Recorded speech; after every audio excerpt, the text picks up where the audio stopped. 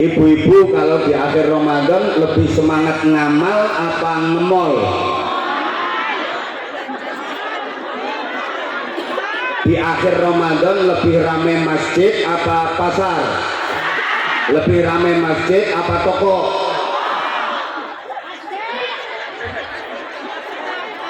Itulah kita. Makanya ada ibu-ibu cenang yang puasanya puasa ulo. Puasa hanya sekedar mau melungsungi, ganti baju baru, tubuhnya tambah besar. Jadi puasa itu bukan peningkatan kualitas diri, tapi peningkatan berat badan. Sebelum Ramadan berat badannya 55 kg, habis Ramadan jadi 75 kg. Ada. Sekarang orangnya pakai jilbab warna coklat. Ya karena puasanya puasa ulo, habis makan sahur, bukannya persiapan sholat subuh berjamaah, tapi melungker.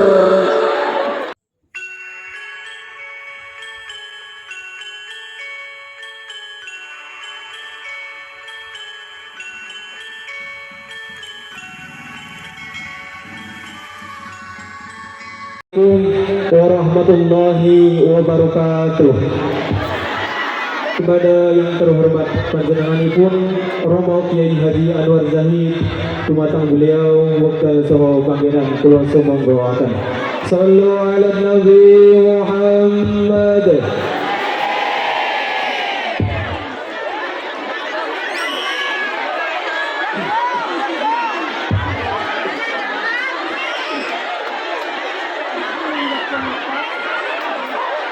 Assalamualaikum warahmatullahi wabarakatuh.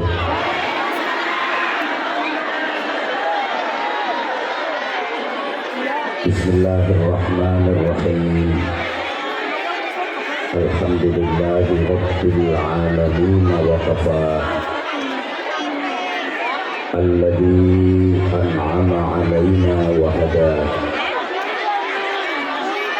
والذي خلق الموت والحياة ليبلوكم أيكم أحسن عملا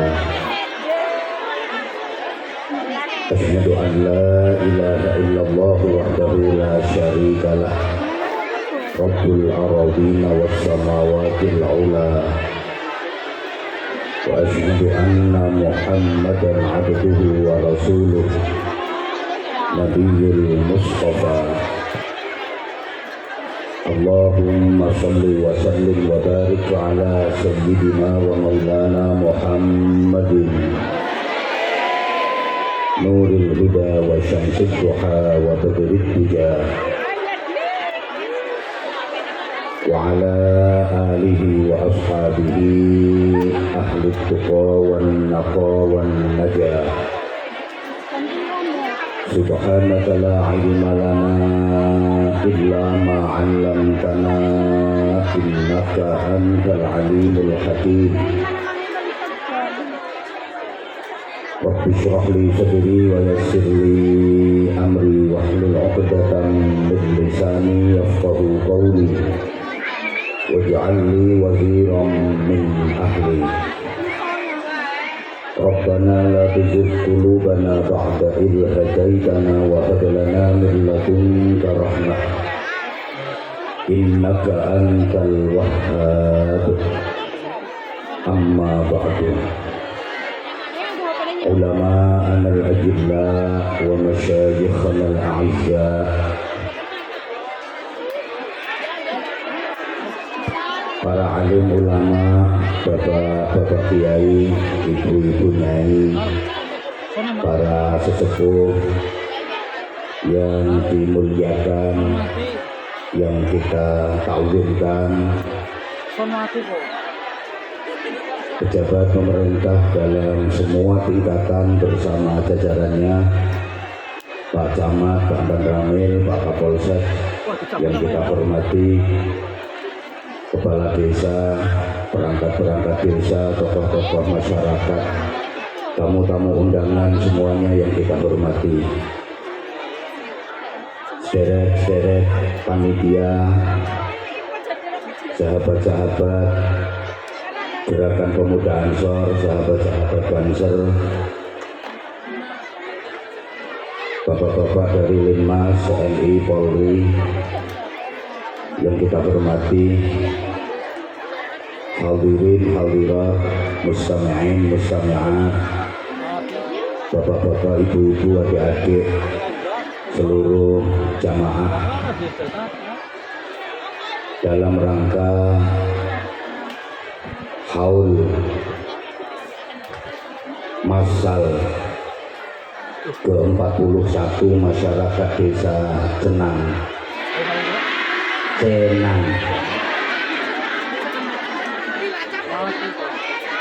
Iya, oh sama sekaligus halal bihalal. Izinkan Nyong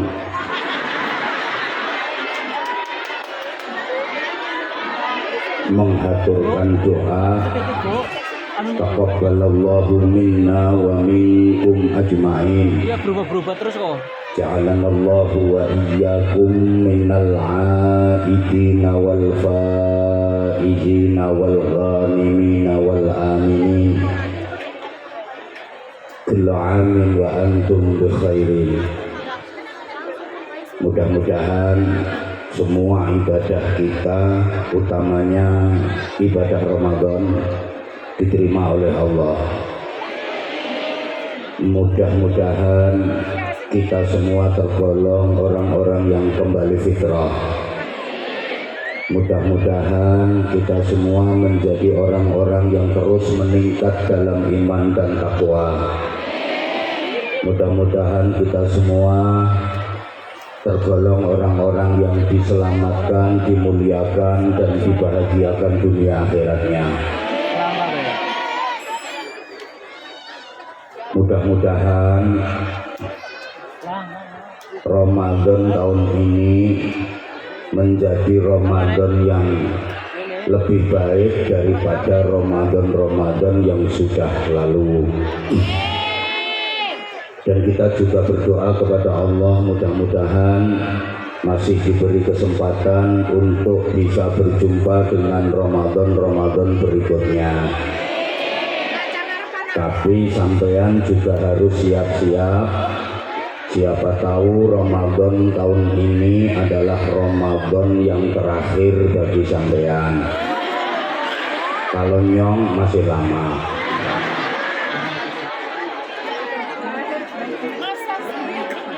Kenapa doanya setelah menjalani sebulan Ramadan itu taqabbalallahu minna wa minkum, itu yang kita tahu ucapan yang paling dekat dengan syariat setelah menjalani ibadah Ramadan. Sampai hari ini Bapak Ibu, adik-adik dan seluruh jamaah, saya belum pernah membaca, belum pernah mengetahui ucapan apa yang disampaikan oleh Rasulullah ketika beridul fitri setelah menjalani sebulan ibadah Ramadan. Ucapan apa yang disampaikan Kanjeng Nabi ketika beridul fitri? Saya belum pernah tahu, belum pernah membaca, belum pernah mempelajari, belum pernah mengerti. Mungkin ada di antara panjenengan semua yang pernah tahu ketika beridul fitri apa yang diucapkan oleh Rasulullah. Tolong saya dikasih tahu, nanti saya sebarkan ke muslimin muslimat seluruh Indonesia. Yang saya tahu ucapan di kalangan para sahabat Nabi. Para sahabat itu setelah menjalani ibadah Ramadan sebulan penuh, ketika Idul Fitri mereka saling mendoakan taqabbalallahu minna wa minkum. Yang Kanjeng Nabi setelah menjalani ibadah Ramadan memasuki Idul Fitri, apa yang diucapkan beliau, mohon maaf saya belum pernah mengerti. Jadi taqabbalallahu minna wa minkum itu ucapan di kalangan para sahabat Nabi, saling mendoakan mudah-mudahan ibadahnya diterima. Masuk ke Indonesia ucapannya berubah jadi selamat hari raya Idul Fitri, mohon maaf lahir dan batin. Itu entah siapa yang mulai, saya juga nggak tahu. Anak-anak muda berubah lagi ucapannya lahir batin. Zaman sekarang malah unik, kosong-kosong. Doanya mudah-mudahan ibadahnya diterima. Memang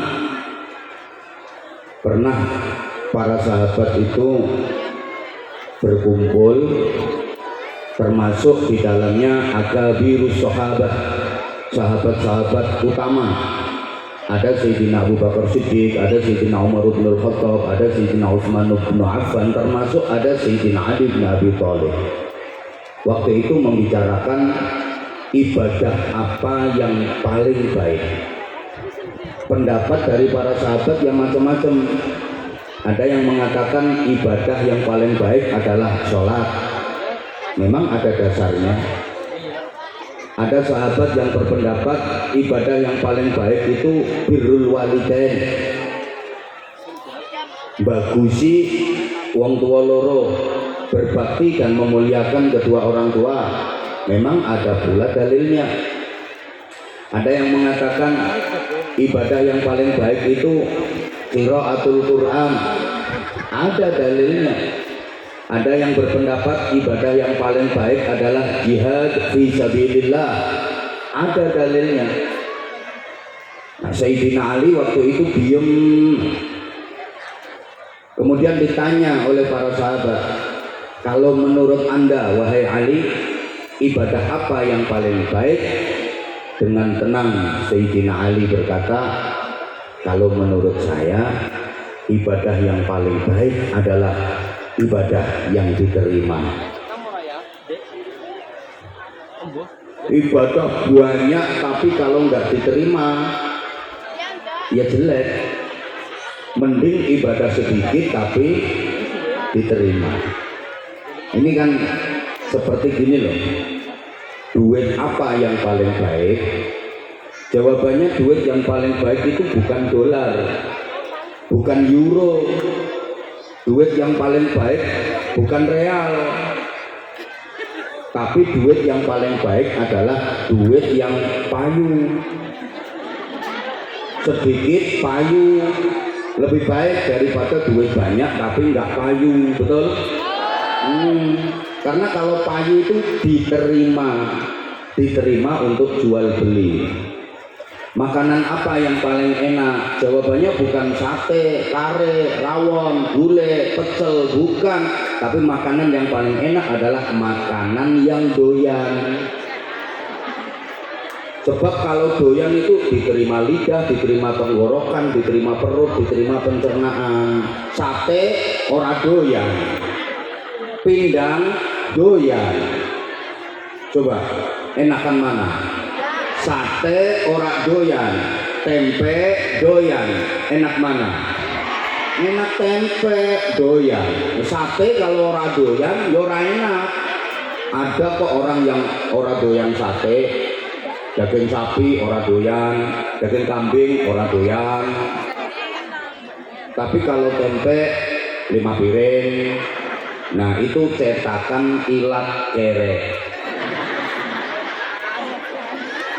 Ya mungkin orangnya sugih, duitnya banyak, tapi cetakannya Ilat, cetakan Kere.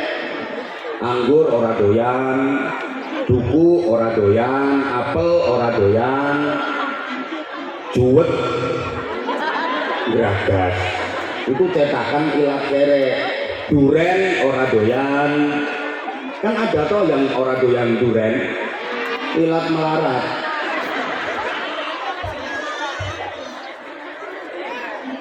ya kayak maaf kupingnya ibu-ibu itu ada kuping sugih ada kuping kere.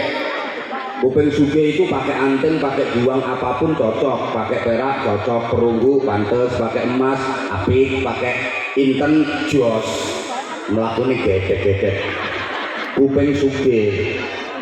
Nah, kuping kere pakai perunggu abuh pakai perak bedek pakai emas ledeh pakai inten nyenyek jodoh nih di tali benang itu kuping melarat. Ada kok orang itu dinaikin mobil mewah harganya mahal suspensinya bagus di AC mendem ada apa enggak? Ada orangnya sekarang lagi kipas-kipas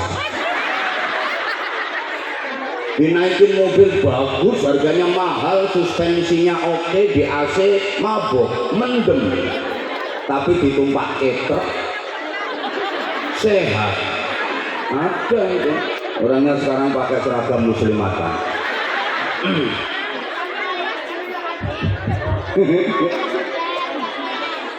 bapak-bapak foto karo pertanyakan ini bapak bojone sopo sing paling ayu ayo bojone dewek sebab kalau bojone dewek diterima syariah diterima undang-undang pemerintah. Nah, walaupun cantik, menarik, ayu, kemerusu, imut, yahut, keboy, semlohai, aduhai, bahenol, menol-menol belenok, mentak-mentak, molek, ngis-ngis, mingis-mingis nek bojone wong manuk kastor, dawa gulune, iwas kemeter, ora-ora rasane makanya ibadah yang paling baik itu ibadah yang diterima. Allahumma sholli ala Muhammad. Yang kedua, kenapa doanya mudah-mudahan ibadahnya diterima? Ibu bapak para jamaah, ngaku orang ngaku, wong cenang, masyarakat songgong wajib belum ngaku kalau menjalankan ibadah Ramadan mulai dulu masih kecil sampai sekarang udah tuwek-tuwek ya wis ngono-ngono kuwi baik. Kalau menjalankan ibadah Ramadan mulai dulu masih anak-anak sampai sekarang sudah kawak-kawak nggak ada peningkatan ibadah Ramadannya ya gitu-gitu aja. Pokoknya siang harinya puasa, malamnya sholat tarawih, witir, kalau mau ya baca Quran. Ibadah Ramadan sampean-sampean semua kan cuma begitu. Nggih napa nggih? Pada nggak ada peningkatan ibadah Ramadan mulai dulu waktu masih anak-anak belajar puasa sampai sekarang udah tua-tua ya wis kayak gitu-gitu baik ibadahnya, nggak ada peningkatan, nggak ada perbaikan, apalagi di akhir Ramadan yang harusnya kita lebih semangat. Di akhir Ramadan harusnya lebih sungguh-sungguh, sebab ibarat pertandingan akhir Ramadan itu babak final. Kalau pengen menang jadi juara, dapat hadiah, dapat piala, dapat penghargaan, harus lebih sungguh-sungguh. Tapi kenyataannya di akhir Ramadan ibadahnya masyarakat cenang, songgong, malah kendor. Betul? Ibu-ibu kalau di akhir Ramadan lebih semangat ngamal apa ngemol? Di akhir Ramadan lebih ramai masjid apa pasar? Lebih ramai masjid apa toko?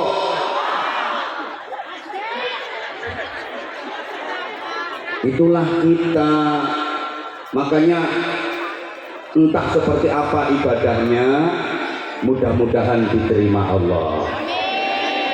Apa tandanya kalau ibadah kita diterima Allah? Tandanya adalah Syawal. Makanya bulan sesudah Ramadan disebut Syawal. Itu secara bahasa artinya berkembang dan meningkat.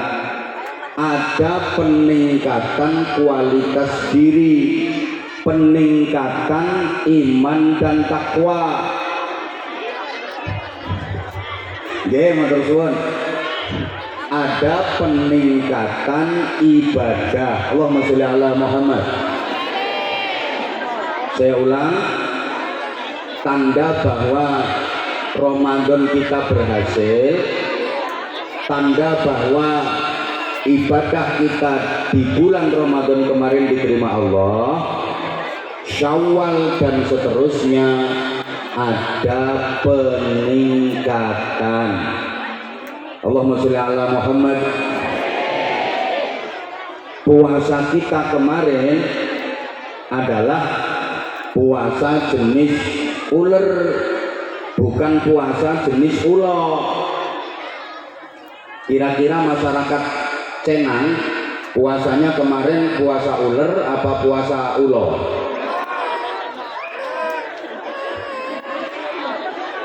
Ulo sama ular itu dua-duanya puasa. Ulo ya puasa, ular ya puasa, tapi endingnya berbeda, jadinya berbeda, hasilnya berbeda. Ulo meskipun habis puasa dia sama sekali nggak berubah, dia sama sekali nggak menjadi lebih baik. Namanya tetap ulo, wajahnya tetap ulo, modelnya tetap ulo, bentuknya tetap ulo, perilakunya tetap ulo. Karena puasanya ulo, cuma dia mau melungsungi, ganti kulit, tubuhnya makin panjang, tambah besar. Ada ibu-ibu Cenang yang puasanya puasa ulo, puasa hanya sekedar mau melungsungi, ganti baju baru, tubuhnya tambah besar. Jadi puasa itu bukan peningkatan kualitas diri, tapi peningkatan berat badan. Sebelum Ramadan berat badannya 55 kg, habis Ramadan jadi 75 kg. Ada. Sekarang orangnya pakai jilbab warna coklat. Ya karena puasanya puasa ulo, habis makan sahur, bukannya persiapan sholat subuh berjamaah, tapi melungker. Turu maneh, wonten apa wonten? Wonten, orangnya sekarang lagi ketawa. Walaupun habis puasa sama sekali nggak berubah jadi baik, kehadirannya tidak membawa harapan, justru menebar ancaman. Itu ulo. Beda dengan ular. Sebelum puasa dia jelek, menakutkan, gilangi, gateli, sumber penyakit, jalannya aja geremet, ngerusak. Ular itu nggak ada orang seneng sama ular. Ibu-ibu misalnya lagi ngumpul kayak gitu, terus tak tiuri ular 2 kilo, bubar. Ular itu nggak ngapa-ngapain, diem nempel tok udah ngerusak, betul? Nggak ngapa-ngapain, diem tok nempel, ular itu udah ngerusak. Nempel di kulit, kulitnya gatel, keroken, kulitnya apa namanya bahasa ngapaknya, bliduren. Nempel di daun, daunnya rusak, rengkem-rengkem, bolong-bolong. Nempel di tanaman, tanamannya rusak, kering. Nempel di buah, buahnya rusak, bosok. Nempel di untumu, nek untumu ora, untumu bolong, rusak. Itu ular. Makanya kalau ada orang sukanya merusak, suka bikin ribut, biasa dijuluki ular. Kepriben, pripun gimana di Cenang sini? Wonten ulere? Ulere lanang apa wadon? Oh, ulere pakai BH.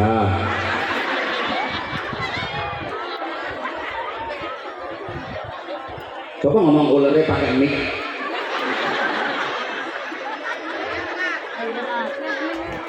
Kemudian ulernya berpuasa dengan cara berproses jadi kepompong. Bahasa Inggrisnya the entung.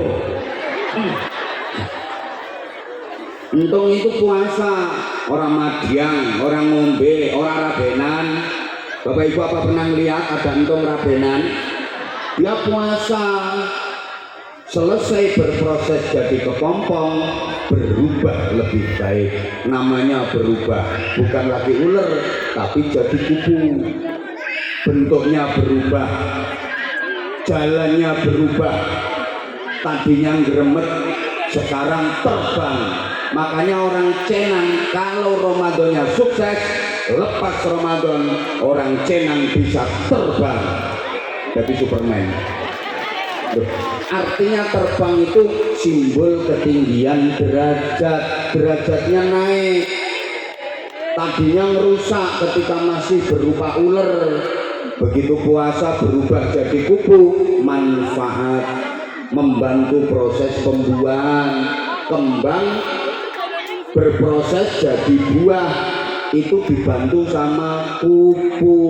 Allahumma sholli ala Muhammad. Tadinya menakutkan, dilani, begitu puasa berubah jadi kupu, menyenangkan. Semua orang suka, anak kecil aja seneng sama kupu-kupu, betul? Orang Jawa, orang Ngapak itu menganggap kupu simbol keberuntungan. Rumah dimasuki kupu katanya mau dapat rezeki, rumah dimasuki kupu katanya mau ada tamu. Punya anak perempuan udah gede belum nikah, rumah dimasuki kupu, seneng. Nah, ini kayaknya jodohmu mau datang, rumahnya dimasuki kupu. Tapi sabar nak, kupunya kok hitam, kayaknya jodohmu nirang.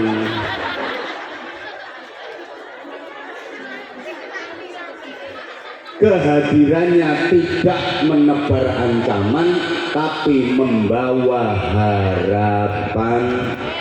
Itu posone ular berubah jadi kupu. Sayangnya banyak ular Cenang setelah berproses kepompong selama sebulan Ramadan, keluarnya nggak jadi kupu, malah jadi codot.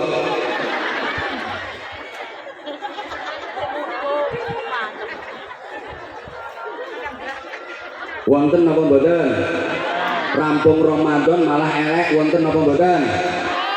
Asale pelit malah pelite tambah nemen, wonten apa mboten?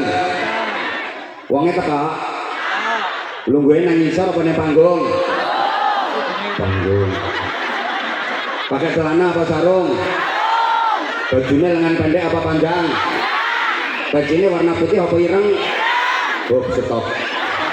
Ini kalau dilanjutkan pasti nanti sampainya kenyang.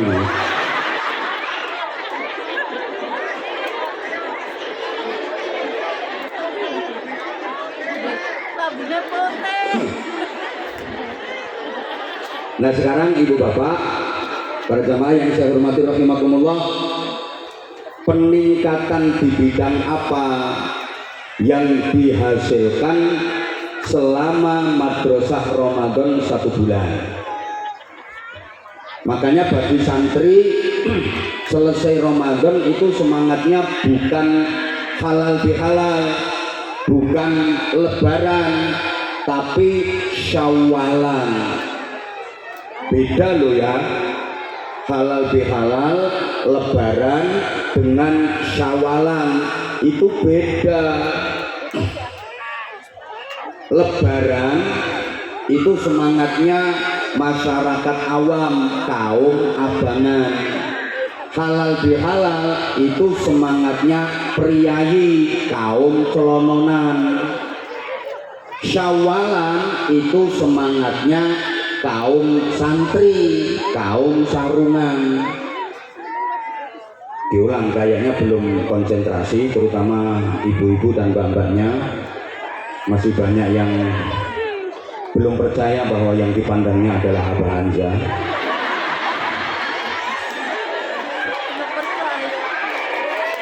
Itu yang tepuk tangan itu malah membayangkan, andaikan aku jadi istrinya dia.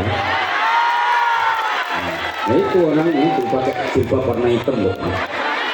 Dari tadi itu menteleng, kalau mandang saya itu nggak kedek. Kamu tuh kalau ngelihat aku jangan kayak gitu dong.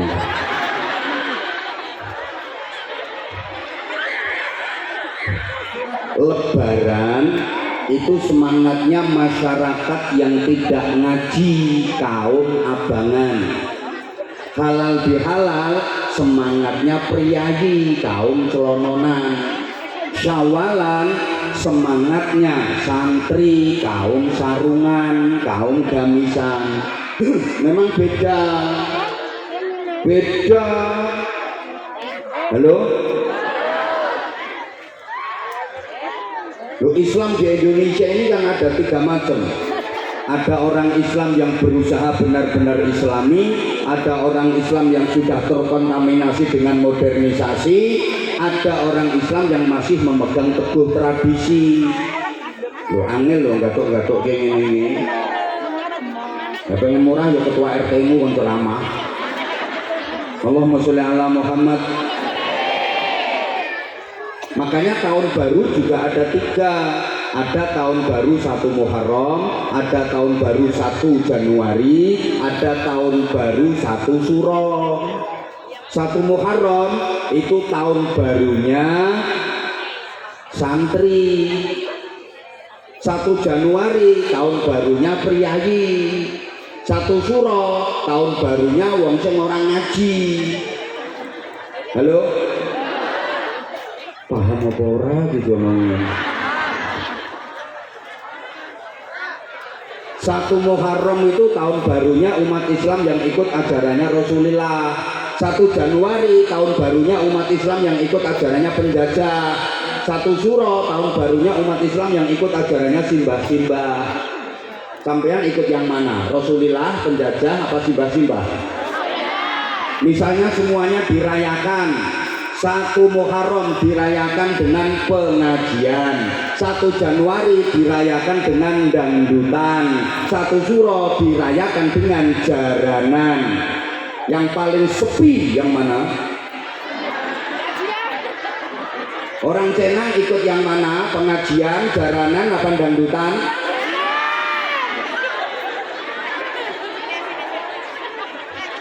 Sama-sama menjalani ibadah Ramadan. Masyarakat Islam Indonesia itu ada 3 semangat. Ada semangat syawalan, ada semangat halal bihalal, ada semangat lebaran. Semangat lebaran itu begini. Bulan Ramadan dianggap sebagai bulan penjara. Masuk Ramadan seperti masuk penjara. Amaliyah Ramadan adalah kerja paksa. Hari-hari Ramadan dijalani dengan terpaksa dan menderita. Sehingga di akhir Ramadan yang diharapkan hanyalah kapan lebarannya, kapan bakdonya. Kenapa seperti itu? Sebab sebelum Ramadan dia berteman dengan setan. Begitu Ramadan, setan temennya di penjara. Pisah sebulan dengan temennya, sedih. Makanya akhir Ramadan tidak berharap mendapatkan Lailatul Qadar, tidak ingin menjadi Syawal, tidak ingin mendapatkan Idul Fitri, tapi yang dipikir hanyalah kapan setan temennya itu dibebaskan dari penjara. Begitu Ramadan selesai, senang, setan temennya udah bebas dari penjara, dia berangkul-rangkulan kembali dengan setan. Hari raya menjadi hari-hari diare. Main ceret kabeh. Balas dendam. Begitu Ramadan tamat, maksiat umat. Begitu Ramadan bubar, ibadahnya ikut-ikut. Wonten apa mboten? Wonge teka. Itu lebaran. Kalau halal bihalal itu masyarakat Indonesia modern yang sudah banyak jadi urban, merantau keluar kota, keluar pulau, ke kota-kota besar, bahkan ke luar negeri. Ketika 1 Syawal libur, pengen pulang kampung, mudik, waktu di kampung pengen bisa bersilaturahim kepada seluruh keluarga, tapi waktunya terbatas, maka dibikinlah acara yang simple, semua dikumpulkan jadi satu, dalam 2 jam silaturahim selesai, itu halal bi halal. Kalau santri semangatnya syawalan, Allahumma sholli ala Muhammad. Semangat syawalan itu seperti apa? Para jamaah, panitia mohon maaf, infak kelilingnya sebentar lagi, nggak usah gegeri, nggak usah ribut. Saya sudah tahu, walaupun nggak usah disodori kertas, sekarang kertasnya masih di bawah MC.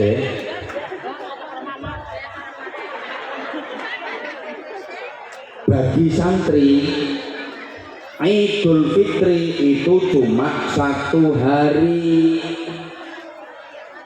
yakni tanggal 1 Syawal saja. Laka-laka. Halo? Halo? Idul Fitri itu cuma 1 hari, tanggal 1 Syawal. Karena Idul Fitri itu hari raya kecil, hari raya yang besar adalah Idul Adha.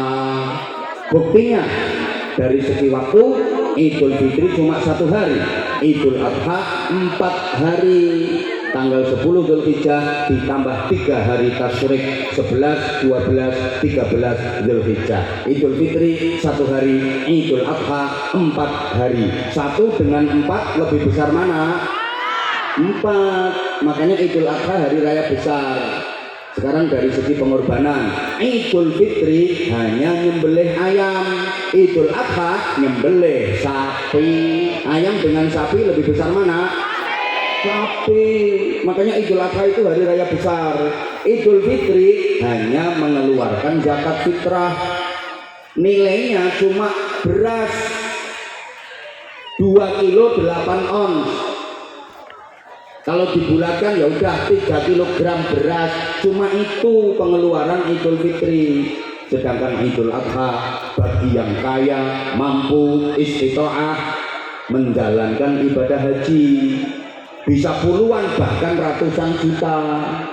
Yang kurang mampu melaksanakan syariat kurban, nyembelih sapi, minimal kambing, sebab kurban nggak boleh nyembelih tokek. Halo, yang ketawa itu nggak pernah kurban, malah tukang ngabisin dagingnya kurban. Senengannya jadi panitia tapi orang tahu kurban wonten apa mboten. Orangnya datang, duduk di bawah apa di panggung, pakai celana apa sarung, bajunya lengan pendek apa panjang, pecinya warna putih apa ireng. Orangnya yang mana tuh? Dari tadi kok di panggung terus. Nggak pernah kurban, senengannya jadi panitia, entek-entek daging. Ada itu orangnya, ada orang Cenang RT 3.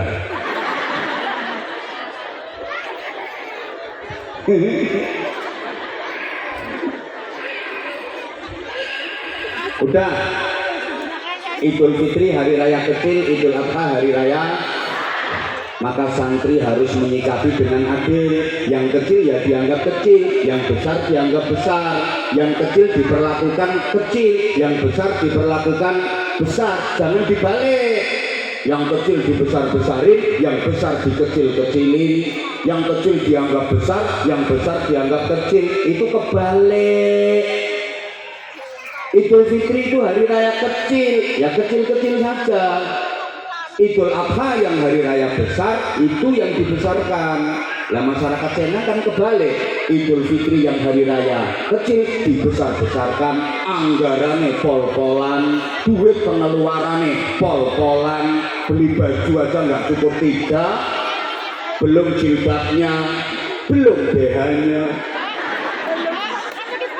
belum lagi untuk departemen perbadokan, belum lagi untuk jalan-jalan, sehingga Karena Idul Fitri itu anggarannya besar-besaran pol-polan, waktu Idul Adha yang hari raya besar kehabisan anggaran sampai nggak bisa korban.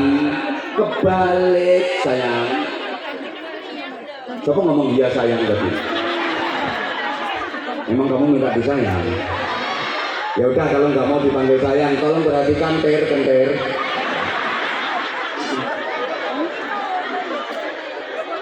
Aku tuh sayang banget sama kamu.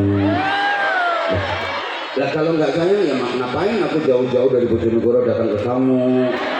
Panas tak bela-belain.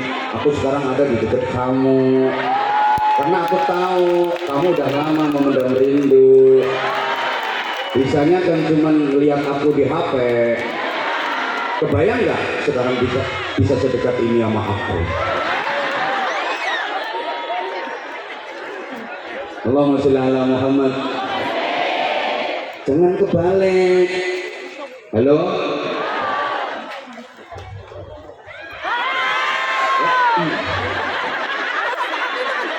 Bukan, kelihatan banget kalau sayang sama aku. Nah sekarang yang meningkat setidaknya ya iman dan takwa. Iman itu modal. Maka memasuki Ramadan itu yang dipanggil bukan sembarang orang Islam. Ayatnya jelas, ya ayyuhalladzina amanu. Hai orang-orang yang beriman, bukan hai orang-orang Islam laki dan perempuan. Enggak. Bukan ya ayyuhan nas, hai seluruh manusia. Enggak.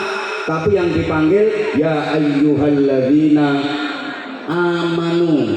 Iman ini modal. Kenapa? Sebab gini para jamaah, ringkas-ringkas saja, waktu kita terbatas, tinggal 10 menit. Oke, tolong yang merasa nggak ikut nyumbang jangan cerewet. Orang yang imannya kuat, hidupnya paling hebat. Karena dia mampu mengolah dan memproses hidup di dunia yang hanya sekejap dan sesaat untuk kepentingan dan kebahagiaan hidup di akhirat yang abadi tanpa batas.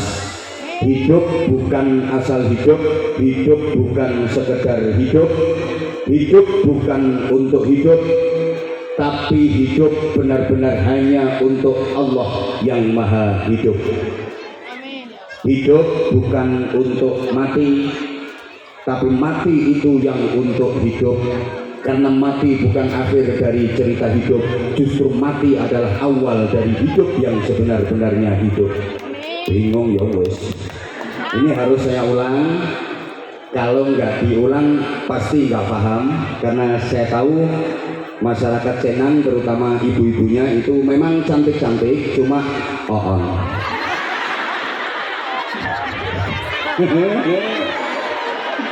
Maafin ya. Itu bahasa roastingan sayang aku ke kamu. Jadi kalau aku bilang kayak gitu bukan berarti aku nggak suka sama kamu, justru itu karena aku suka banget sama kamu. Yang tadinya nggak konsentrasi biar jadi konsentrasi. Yang tadinya nggak merhatiin biar jadi merhatiin. Asem aku dibilang on, padahal aku on tenang. Allahumma sholli ala Muhammad. Oke. Diulang, orang yang imannya kuat hidupnya paling hebat karena dia mampu mengolah dan memproses hidup di dunia yang hanya sesaat dan sekejap. Memang hidup di dunia kan hanya sesaat, hanya sekejap, betul? Kata orang tua dulu cuma mampir ngombe sesaat sekejap. Hidup di dunia hanya sebentar dibanding kehidupan abadi di akhirat. Rata-rata manusia menjalani hidup di dunia cuma 1,5 jam saja, sebentar banget, tidak ada yang lama. Mohon maaf Pak dan Ramil yang gagah, mana tadi beliau? Iya, hidup di dunia juga hanya sebentar. Pak Camat hidup di dunia cuma sebentar. Pak Kepala Desa hidup di dunia juga hanya sebentar. Sebentar lagi Pak Lurah, sini bilangnya Lurah apa Kepala Desa? Sebentar lagi Pak Lurah akan meninggal dunia. Ya memang hidup di dunia hanya sebentar Pak Lurah. Demikian pula saya sebentar lagi juga akan meninggal dunia, tapi lebih dulu Pak Lurah. Lah hidup di dunia cuma sebentar. Ini diproses, diolah untuk kepentingan dan kebahagiaan hidup di akhirat yang abadi selamanya. Caranya memaksimalkan hidup dengan melakukan ibadah secara optimal sebagai bekal perjalanan hidup yang abadi selamanya itu, mengumpulkan amal soleh sebanyak-banyaknya. Hidup bukan asal hidup, hidup bukan sekedar hidup. Kalau hidup hanya sekedar hidup, hidup asal hidup, itu namanya urip-uripan. Maaf, hidup harus benar-benar hanya untuk Allah yang maha hidup. Seperti baiat kita yang tiap hari kita baca minimal 5 kali waktu sholat ketika doa iftitah. Inna sholati wa nusuki wa mahyaya wa mamati lillahi rabbil. Jadi hidup benar-benar hanya untuk Allah yang maha hidup. Hidup bukan untuk mati, tapi mati itulah yang untuk hidup. Karena mati bukan akhir dari cerita hidup, justru mati adalah awal dari hidup yang sebenar-benarnya hidup. Diulang lagi, masih banyak yang pelongo-pelongo. Hidup bukan untuk mati, karena sesungguhnya mati itu nggak ada. Yang ada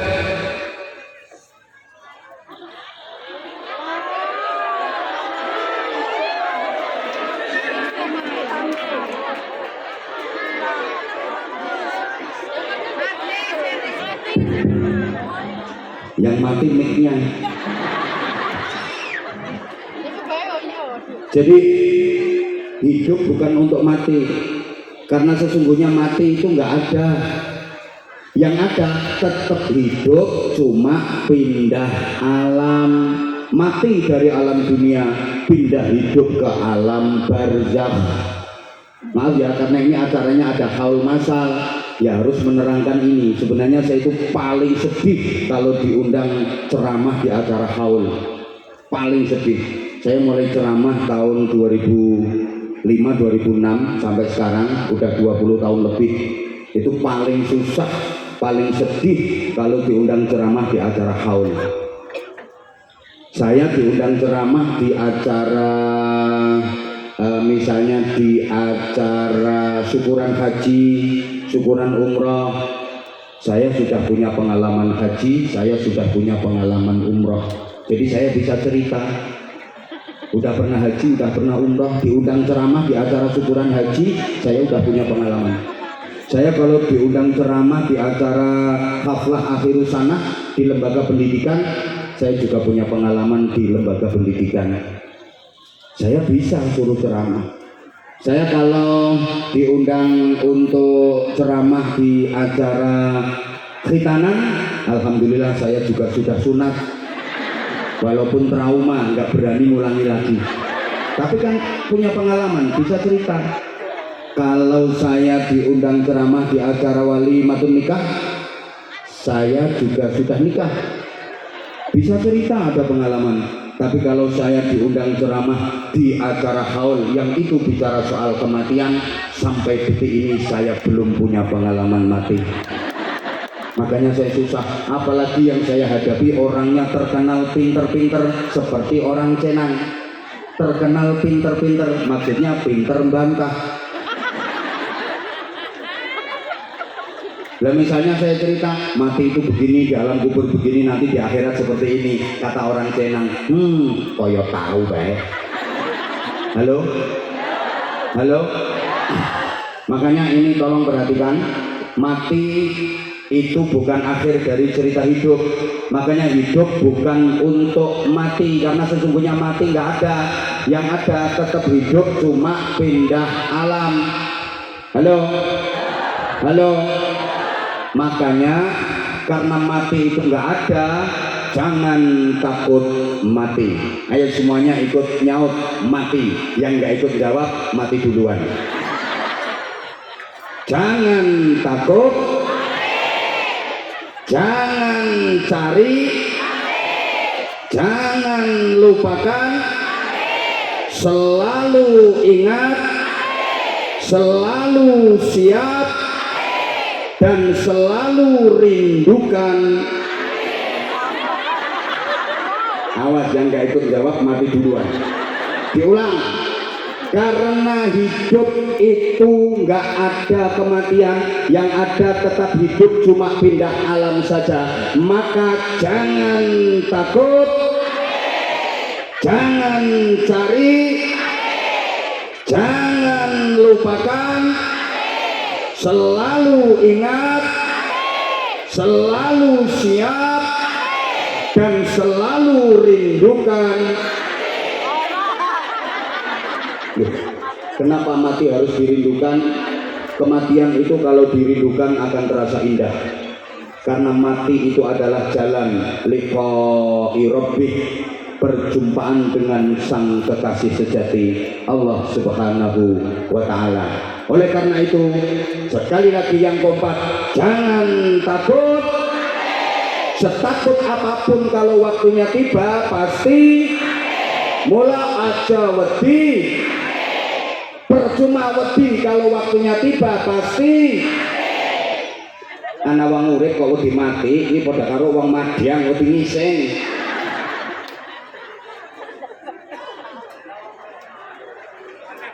Urip wedi mati padha karo madyang wedi ngising. Wayang ngising yo ngising. Wayang mati yo banter. Wani urip kudu wani, padha karo wani madyang kudu wani. Sanggup urip kudu sanggup, padha karo sanggup madyang kudu sanggup. Siap urip kudu siap, padha karo siap madyang kudu siap. Gelem urip kudu gelem, padha karo gelem madyang kudu gelem. Mangga ngising bareng.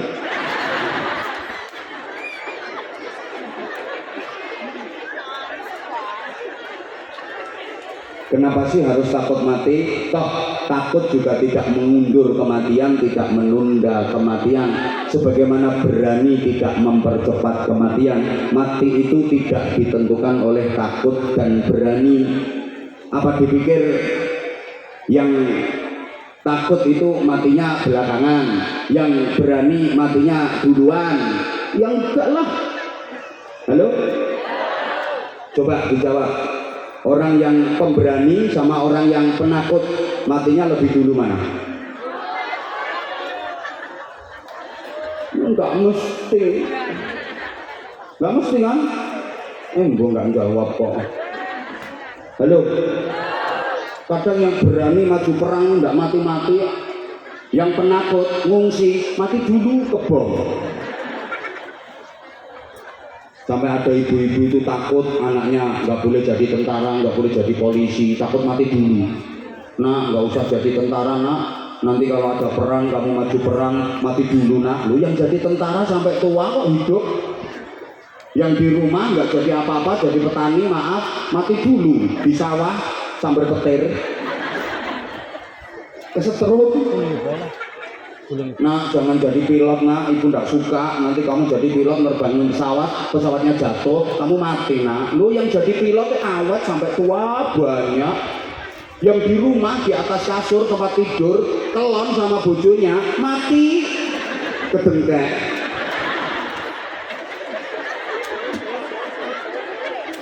Mbok kedengkek opo? Lihat toh. Coba yang sehat sama orang yang sakit-sakitan matinya lebih dulu mana? Berarti sekarang sampean sehat, besok mati sampean. Enggak pasti kok. Kadang loh yang sakit-sakitan loh enggak mati-mati. Yang rambut itu, yang rawat itu capek loh kan. Ya Allah, kok enggak mati-mati ya Allah. Yang sehat, segar bugar, mati mendadak. Ada enggak? Ada. Sekarang orangnya di sini tapi nggak merhatiin keterangan saya. Itu kayaknya mau mati mendadak itu orangnya.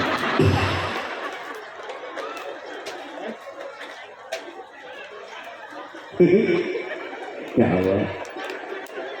Aku tuh kalau melihat kamu kok kayak gimana gitu rasanya. Di hatiku ada sesuatu gitu.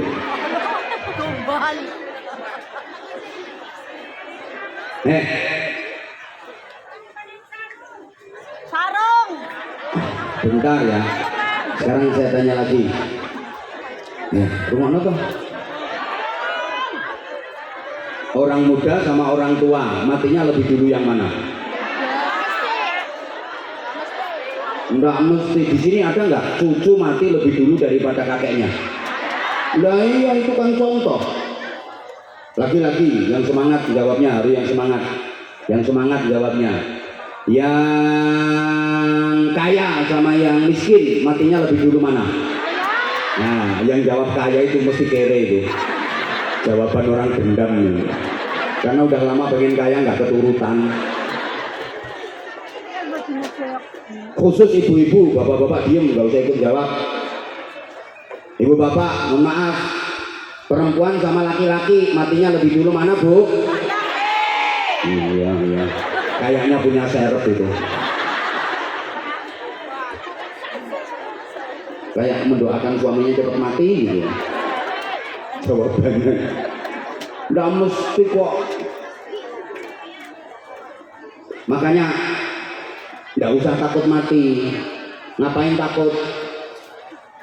Setakut apapun kalau waktunya tiba ya mati. Yang perlu kita khawatirkan itu nanti kita mati pas ngapain, nanti kita mati itu di mana, nanti kita mati itu pas berbuat apa. Itu yang perlu kita cemaskan, perlu kita khawatirkan. Karena orang mati itu pilihannya cuma dua. Ada mati pas melakukan hal yang baik, namanya husnul khotimah.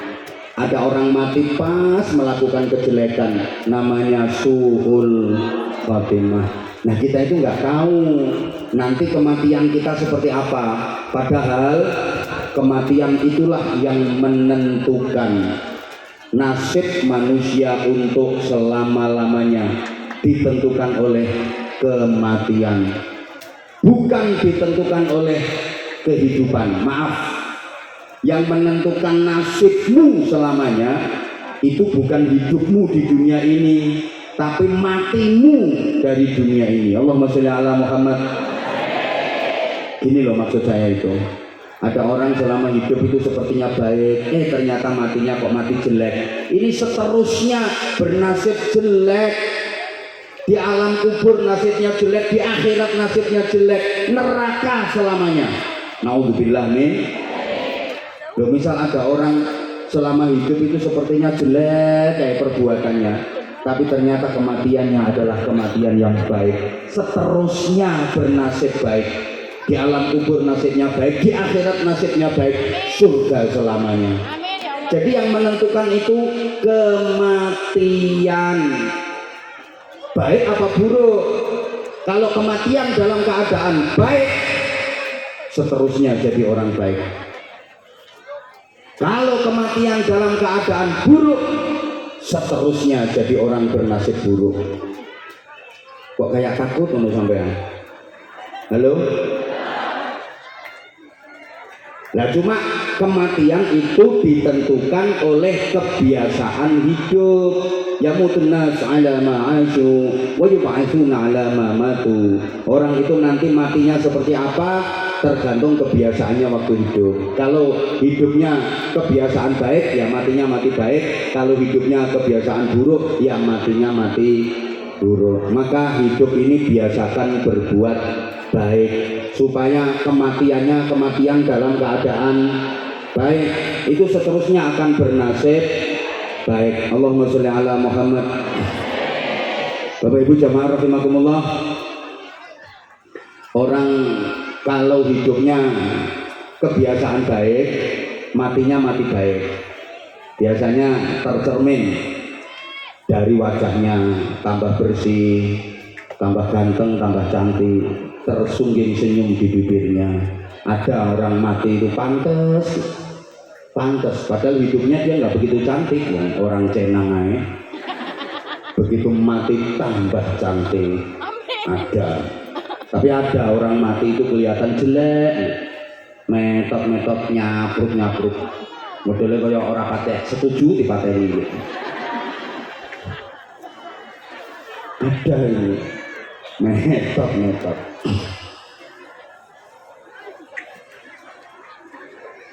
Nah, ibu bapak jamaah yang saya hormati rahimakumullah. Allah sumuke panas ya.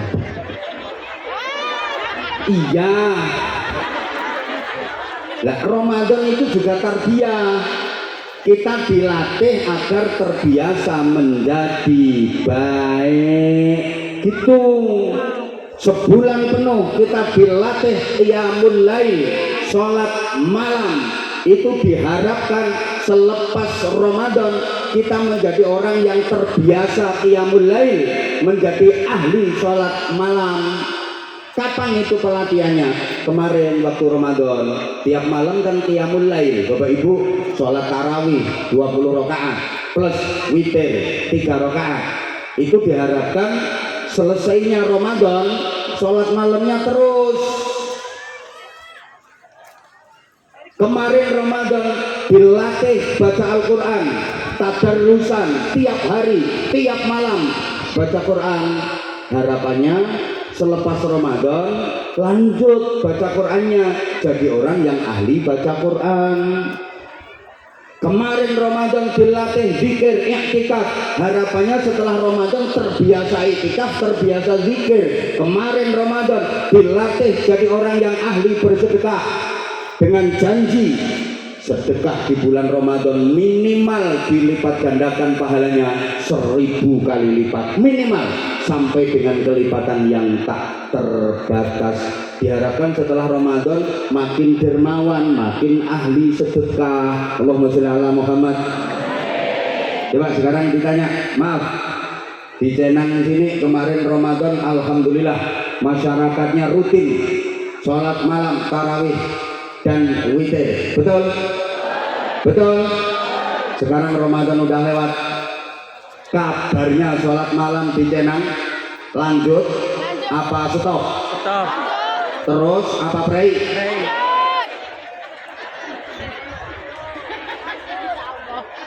Masjid-masjid, musola-musola di Cenang sekarang ini jamaahnya juga masih tetap ramai kayak kemarin taraweh Ramadan.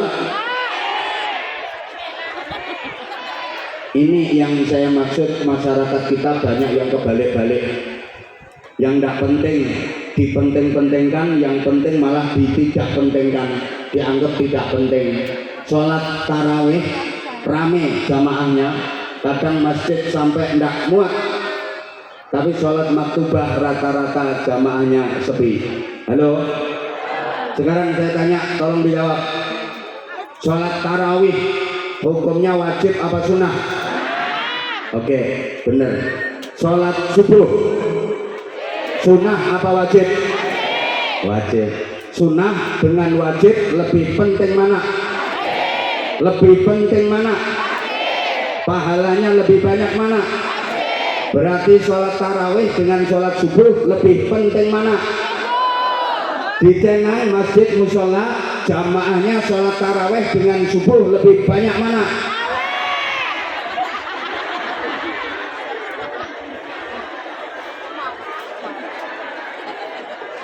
Tadi pertanyaannya jawabannya bener, normal, tahu semua, tapi yang terakhir kok kayak orang yang nggak waras ya. Diulang. Sholat tarawih hukumnya wajib apa sunnah? Sholat subuh sunnah apa wajib? Sunnah dengan wajib lebih penting mana? Pahalanya lebih besar mana? Berarti taraweh dengan subuh lebih penting mana?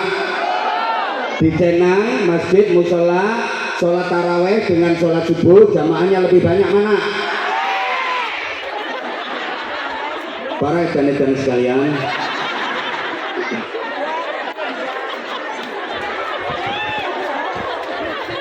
sampean orang tarawih orang dosa, tapi sampean orang subuh.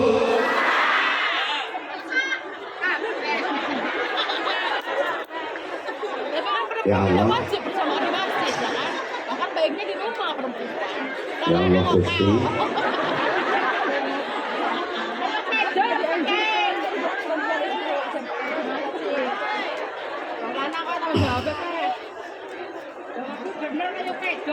Allahumma sholli ala Muhammad. Kemarin Ramadan dilatih baca Quran tiap hari, tiap malam. Sekarang Ramadan udah lewat, baca Quran dicenang, kabarnya pripun? Terus apa prei?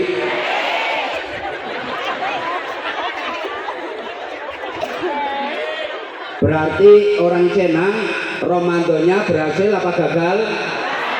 Sukses apa gagal?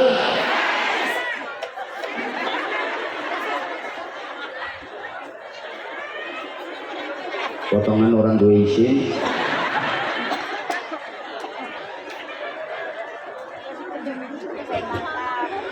Orang yang Ramadannya sukses itu bisa membiasakan Ramadan di luar Ramadan, meramadankan bulan-bulan selain Ramadan. Ini kalau nggak dijelaskan ya nggak paham lagi. Misalnya masyarakat Cenang itu cantik-cantik, cuma para awan-awan yang saya hormati,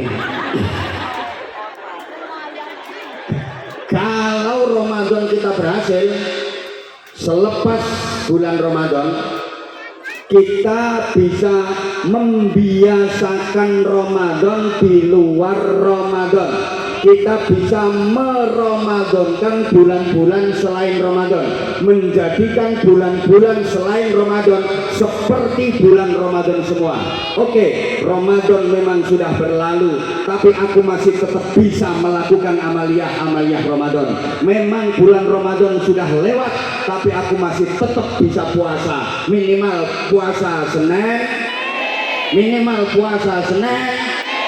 kalau nggak kuat boleh dibagi, bapaknya yang Senin, ibunya yang Kamis. Jadi tiap hari Senin bapaknya nyenen, tiap hari Kamis ibunya.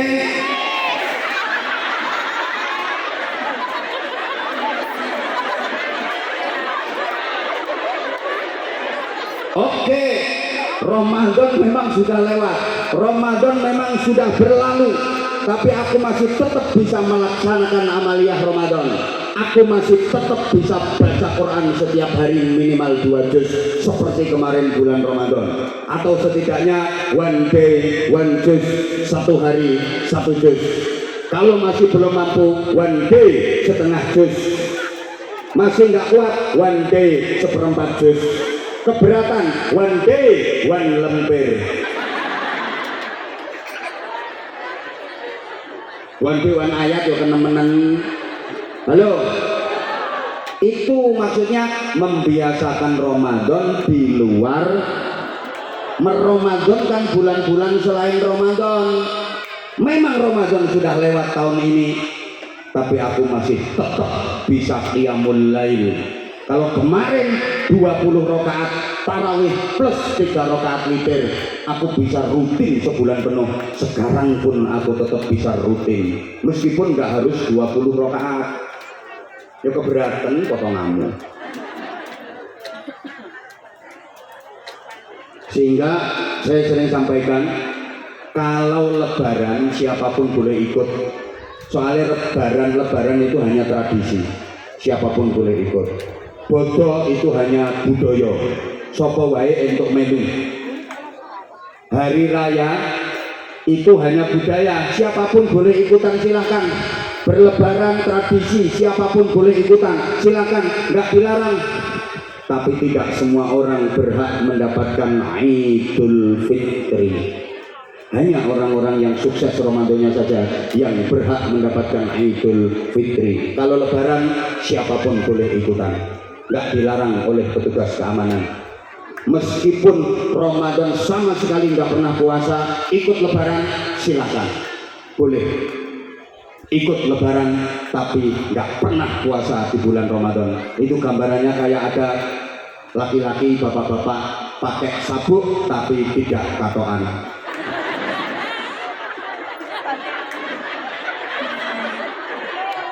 Penting mana toh sabuk sama katok?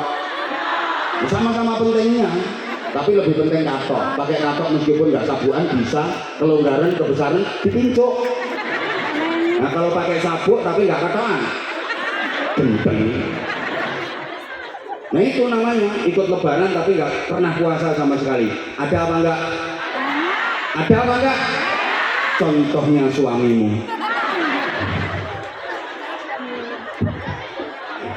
Ya Allah. Ya Allah. Nah, kemarin Ramadan itu dididik supaya jadi ahli sedekah. Memberi berbuka puasa kepada orang yang puasa dapat pahala sama seperti orang yang berpuasa. Apalagi bersedekah di bulan Ramadan, pahalanya luar biasa. Allahumma sholli ala Muhammad. Minimal dilipat gandakan sampai 1000 kelipatan. Dan tanda sukses Ramadan menjadi orang yang takwa, ayatnya sering dibaca tadi oleh penceramah pertama juga disampaikan, alladzina yunfiquna fis sarra'i wad-dharra.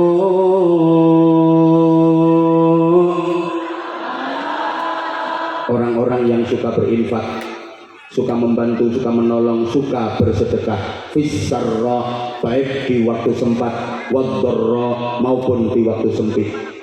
Ahli sedekah. Di waktu sempat sedekah, di waktu sempit sedekah. Dalam segala situasi sedekah. Ayo jawab semua.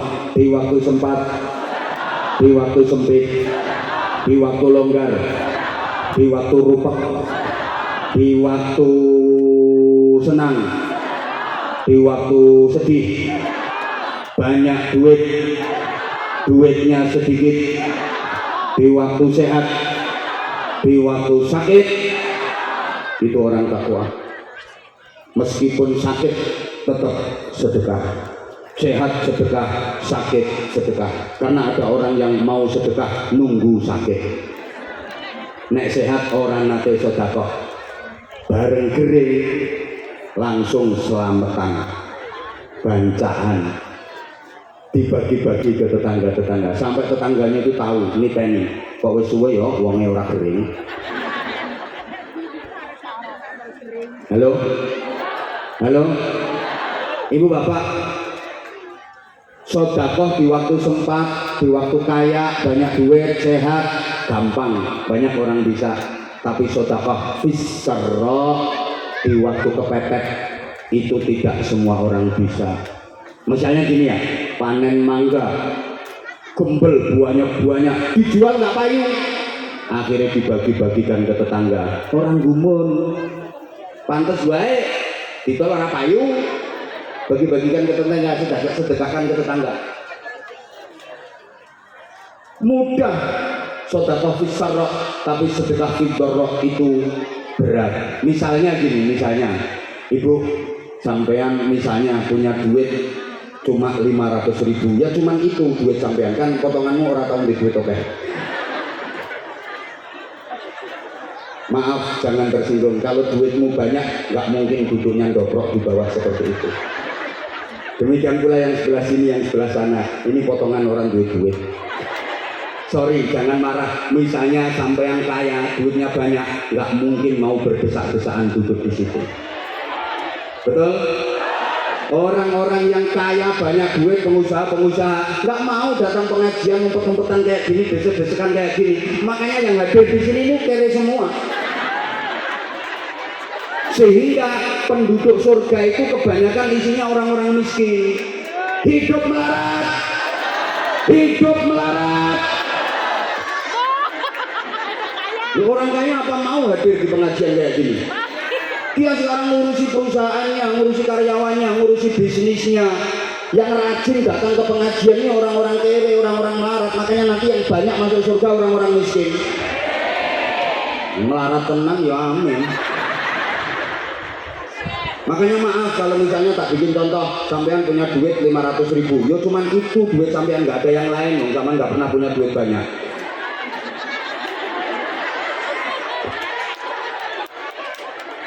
Contoh sayang, kalau duit sampean banyak nggak mungkin duduk di sini, betul?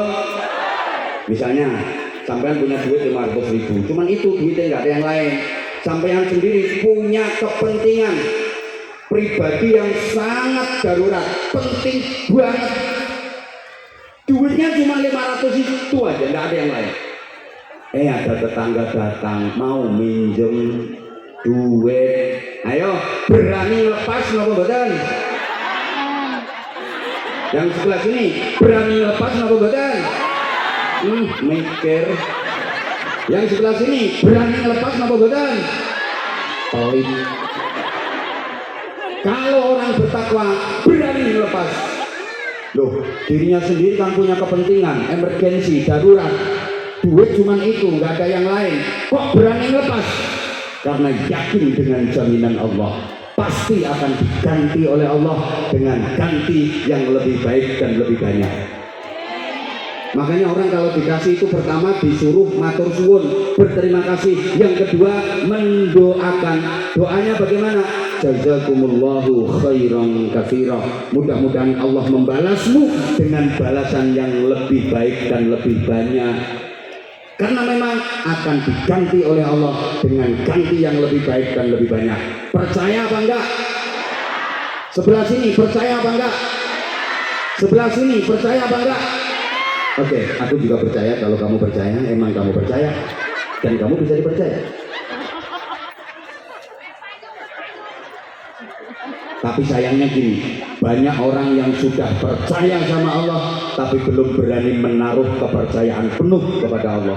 Percaya sih percaya, tapi nggak berani menaruh kepercayaan penuh. Aneh. Sama koperasi simpan pinjamnya berani menaruh kepercayaan. Sampai BPKB taruh situ, surat tanah percayakan situ. Sama Allah nggak berani menaruh kepercayaan. Gini loh, bapak-bapak misalnya mancing, itu berani buang umpan cacing ke belumbang karena bapak punya harapan akan dapat apa? Kalau sama belumbang aja percaya, masa sama Allah nggak percaya? Gimana kredibilitas keimanan Anda? Halo?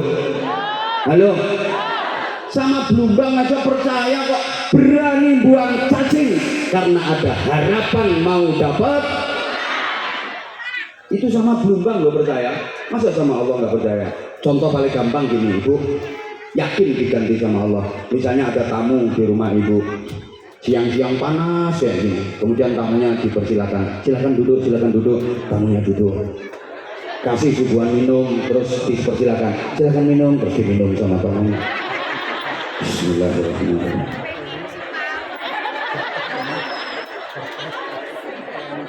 Bismillah.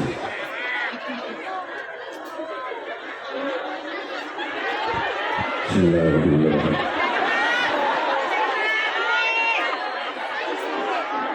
Misalnya saking hausnya tamu minum itu sampai korek-korek habis. Sebagai tuan rumah yang baik, tahu kalau gelasnya udah kosong, dia pakai joki meleh. Nggak usah, nanti tak joki sendiri. Allah juga begitu. Kalau tahu ada hambanya yang berani sedekah sampai korek-korek habis, pasti dijoki meleh sama Allah. Itu hambaku luar biasa, berani sedekah sampai korek-korek habis, luar biasa. Itu Anwar Zahid. Tak joki lagi, kasih lagi yang lebih banyak. Orang Bojonegoro. Ya Allah, ya orang Senang, orang Songgom, Masya Allah. Percaya apa enggak? Makanya ketika Rasulullah menawarkan kepada para sahabatnya, wahai sahabat-sahabatku, ini perjuangan agama butuh modal. Siapa yang mau menginfakkan hartanya di jalan Allah, rebutan infak. Giliran Sayyidina Utsman, saya ya Rasulullah, sepertiga kekayaan saya infakkan di jalan Allah. Allahu Akbar. Sepertiga kekayaan Sayyidina Utsman itu kekayaannya orang sekabupaten Tegal, masih kalah. Brebes, ya lupa aku. Ya karena tadi malam dari Tegal. Kemarin seharian 4 tempat di Tegal. Ini sekarang Brebes, habis ini langsung geser ke Kendal. Saya ini udah 3 hari tidak pulang. Bahkan kalau dihitung udah 6 hari. Kemarin tanggal 5, 6, 7 di Hong Kong. 5, 6, 7 saya di Hong Kong. Malam nyampe rumah, pagi langsung berangkat. Pekalongan 4 tempat, Tegal 4 tempat, sekarang Brebes, sambung nanti Kendal, besok langsung Pati, sambung Jepara, sekalian 5 hari tidak pulang. Coba ngomong duit akeh. Pikiranmu, istriku aja nggak pernah mikir kayak gitu. Bentar, habis ini infak keliling, mohon maaf. Sayyidina Umar, angkat tangan. Saya ya Rasulullah, separuh nilai kekayaan saya infakkan di jalan Allah. Lebih gila lagi. Ya memang separuh dari Sayyidina Umar kalah dibanding sepertiga dari Sayyidina Utsman secara jumlah dan nominal. Lebih kaya Sayyidina Utsman, tapi dari segi nilai lebih hebat Sayyidina Umar, 50%. Giliran Sayyidina Abu Bakar Siddiq, saya ya Rasulullah. Oke, silakan berapa? Seluruhnya. Masya Allah, seluruhnya kekayaan saya infakkan di jalan Allah. Rasulullah kaget, heran, kemudian bertanya, nanti keluargamu gimana, istrimu, anak-anakmu gimana? Cukup bagi kami memiliki Allah dan Rasulnya. Masya Allah. Jadi Bapak Ibu, misalnya sekarang bentar lagi akan ada departemen pengemisan yang ngemis akhirat, keliling bantu menawarkan tiket surga untuk sampean. Ya, misalnya ini sampean ada duit 600.000, kalau sampean jadi Utsman sepertiga, berarti berapa? 200.000 masukin kotak blue. Kalau sampean jadi Umar 50%-nya, 300.000 rupiahnya belum masukin kotak. Kalau sampean jadi Abu Bakar, seluruhnya 600.000 sak dompet-dompetnya. Nah ini sebentar lagi panitianya mau keliling. Kira-kira nanti panjenengan Bapak Ibu milih jadi Utsman, jadi Umar, apa jadi Abu Bakar?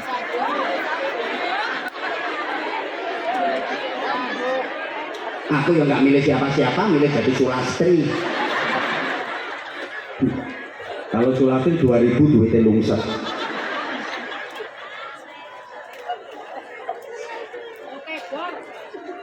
Allahumma sholli ala Muhammad. Mohon kesediaan teman-teman panitia untuk melaksanakan tugas.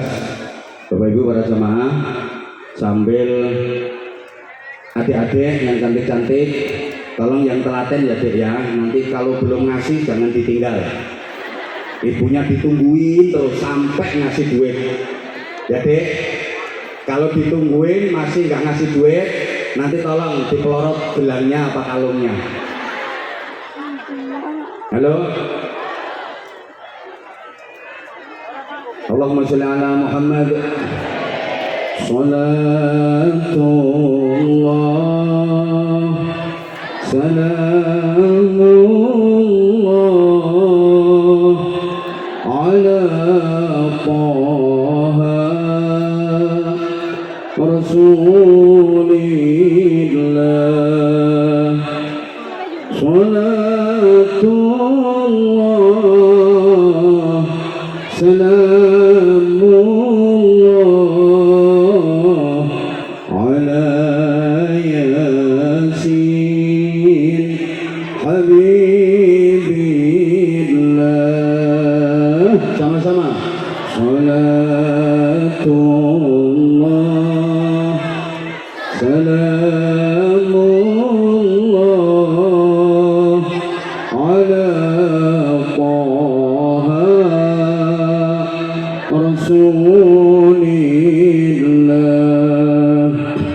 Salatullah salamullah ala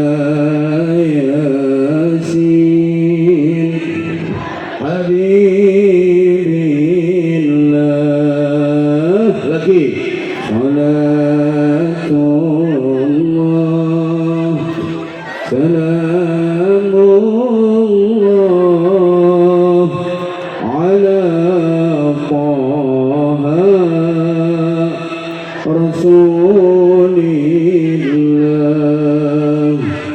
صلاة الله سلام الله ياسين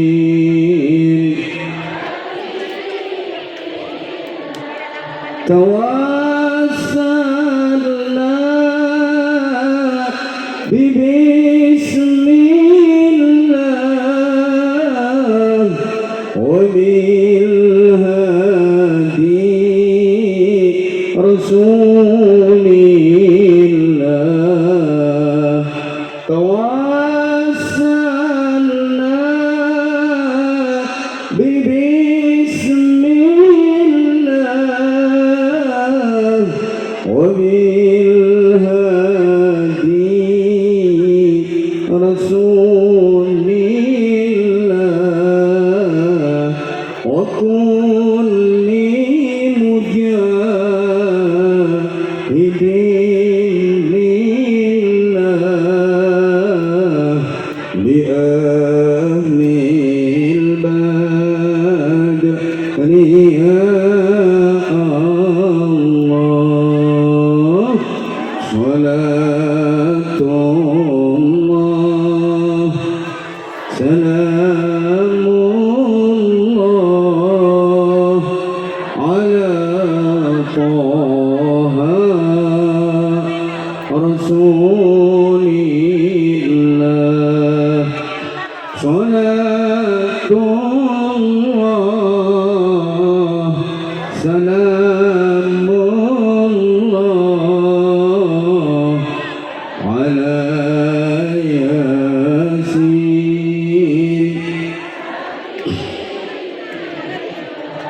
إلهي سلم الأمة من الآفات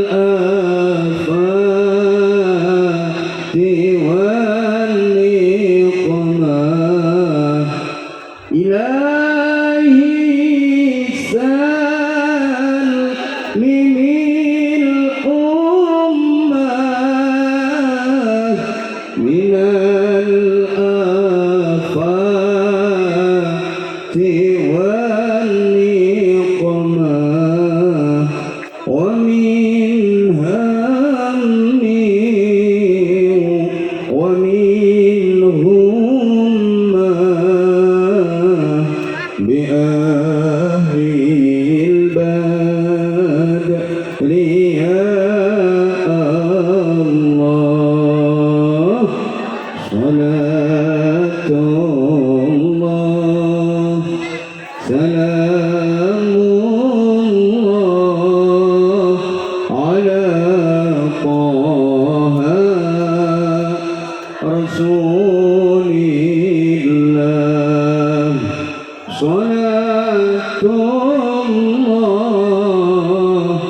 سلام الله على ياسين حبيب الله اللهم صل على Muhammad. Terima kasih infaknya, mudah-mudahan menjadi jariah pahala yang terus mengalir ila yaumil qiyamah. Jangan takut. Ayo Bu nyaut lagi, Bu ngaji lagi. Udah, itu loh melepas 5.000 lah tengar-tengar kok rampung-rampung. Udah yang dimasukin udah diganti sama Allah, pasti diganti sama Allah. 5.000 sedihmu 2 tahun. Oh yang ngetok piro itu loh orangnya kipas-kipas itu loh.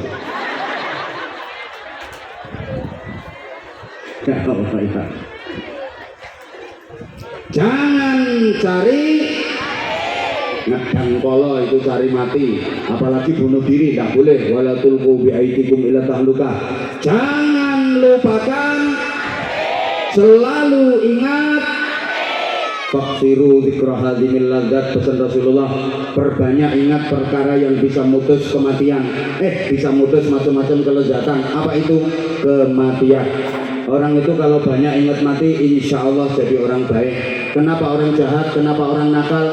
Di antara sebabnya karena dia nggak ingat mati. Betul? Maling itu andaikan ingat mati nggak mungkin nyolong. Nggak ada. Copet mau beraksi nyaut tas kok sambil bawa iman, mau nyaut tas kok mau bilang Allahu Akbar, itu nggak ada.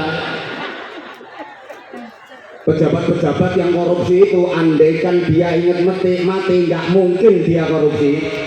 Betul?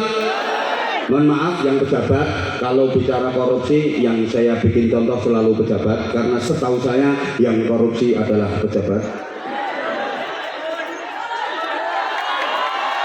Ya mohon maaf, itu setahu saya loh, setahu saya yang korupsi itu pejabat. Nek kroco-kroco kayak gitu yang mau dikorupsi ya apa? Sebenarnya pengen tapi nggak tahu caranya. Lo kenapa kok sampai berbuat korupsi? Karena dia nggak ingat mati. Halo? Orang yang berbuat zina, andaikan dia ingat mati, nggak mungkin dia melakukan zina. Kok sampai berbuat zina, nggak ingat mati? Makanya nggak ada orang mau zina kok tawasul dulu. Saudari Lonte yang saya cintai, sebelum kita melakukan proses perpenggiringan ini, mari sama-sama kita bertawasul dengan membaca suratul Fatihah. Semoga pertinggiringan kita ini mendapatkan barokah dan ridho Allah Subhanahu wa Ta'ala. Al-Fatihah. Ini cangkemmu ditunggai malaikat. Ya karena nggak ingat mati. Coba misalnya, ini nanti saya pas naik metingkring, malaikat Israel datang, nyawa dicabut, langsung masuk pemberitaan. Seorang warga desa Cenang mati metingkring.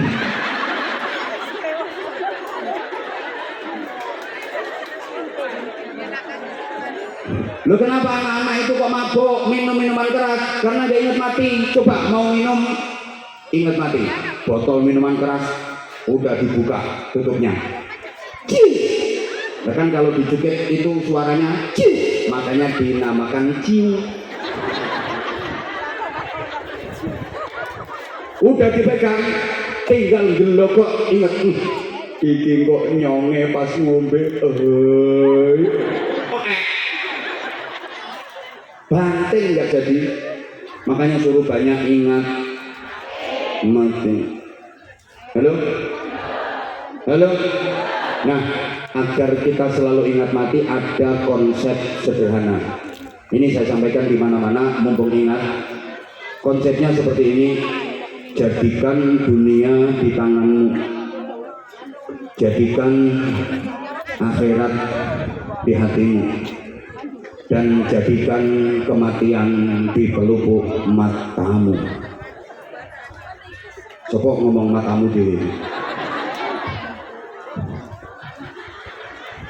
Ini bahasa Indonesia sayang. Saya ulang. Jadikan dunia di tanganmu. Jadikan akhirat di hatimu. Dan jadikan kematian di pelupuk matamu. Matamu juga. Yang sebelah sana. Matamu juga. Yang dipantun. Orawani. Orawani apa? Matamu juga. Ya matamu yang ketawa-ketawa itu. Mataku ya iya. Artinya gini sayang, ini maaf ya, ini bahasa Indonesia. Jadi jangan dipelintir-pelintir loh nanti. Itu mulai apa anja bahasanya kasar. Mulai dulu kalau saya kasar. Tapi kan saya kasarnya aturan. Itu bahasa, itu apa anja ngilok-ngilok nih wong. Mulai dulu saya ngilok-ngilok nih wong. Coba tonton kembali video-video lawas saya, ceramah-ceramah saya waktu saya masih jemburis. Iya masih kuru ya, kayak orang cacingan ya. Terus ke. Mbak, kalau ngata-ngatain orang ngilok-ngilok nih mulai dulu saya seperti itu. Itu Abah Anjang roasting. Ya mulai dulu saya tukang roasting. Tapi saya roastingnya kan roastingan saya. Mulai dulu udah seperti itu saya. Pokoknya saya itu kalau punya metode apa banyak ditiru orang. Mulai ceramah dengan mazhab Nawuriyah. Saya dulu belum ada HP Android, masih HP ungkal itu Bluetooth. Akhirnya banyak yang niru kayak gini. Terus kayak roasting. Banyak yang niru. Terus sekarang interaksi dengan jamaah, manggil anak-anak, bagi-bagi hadiah, banyak yang niru. Mungkin apa betul? Enggak apa-apa, yang penting manfaat, yang penting baik. Enggak apa-apa. Nah, kita itu harus kreatif, inovatif. Kalau nggak gitu, nggak bisa bertahan sampai hari ini. Jadi kita bisa bertahan sampai hari ini itu gampang apa? Di tengah persaingan. Loh, banyak penceramah baru, tapi Aba Anza kan tetap di hatimu. Makanya makasih semuanya, I love you. Aku sempat khawatir sih kamu berpaling ke lain hati, tapi ternyata kamu masih tetap setia sama aku. Aku makin sayang sama kamu, I love you semuanya. I love you semuanya. Ya sing tuwek ora usah. Tuwek melok gila nih. Jadikan dunia di tanganmu, dunia cukup di tangan saja, jangan masukkan ke dalam hati. Artinya apa? Dunia itu cukup di tangan, jangan masukkan ke dalam hati, jangan masukkan ke dalam saku, jangan masukkan ke dalam rekening, jangan masukkan ke dalam berangkas, cukup di tangan. Begitu dapat, lepas, begitu nompo, wenehno, begitu entuk, parengke. Karena dunia hanya di tangan. Mau dibawa terus, nggak kuat. Mau digenggam terus, nggak mampu. Mau dipegang terus, nggak muat. Orang tangan cuma segini, paham? Paham? Itu maksudnya dunia cukup di tangan. Ngapain sih kita eman-eman?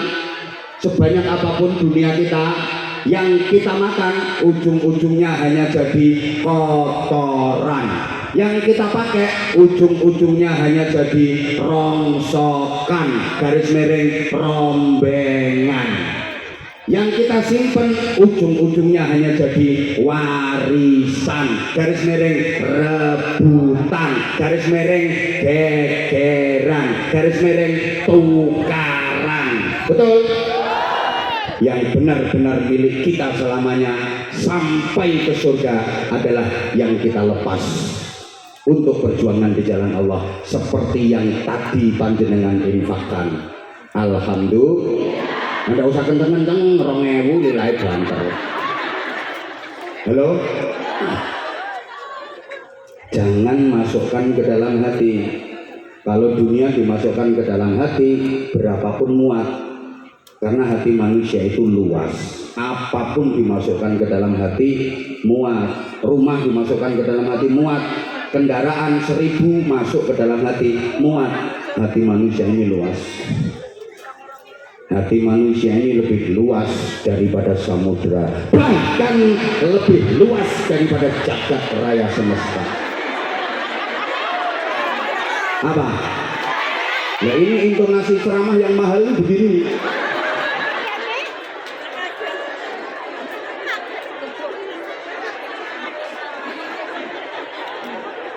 Kalau dunia dimasukkan ke dalam hati, akibatnya ketika memiliki kekayaan dunia yang banyak, merasa tinggi hati. Ayo sampean jawab hati, ngono lho.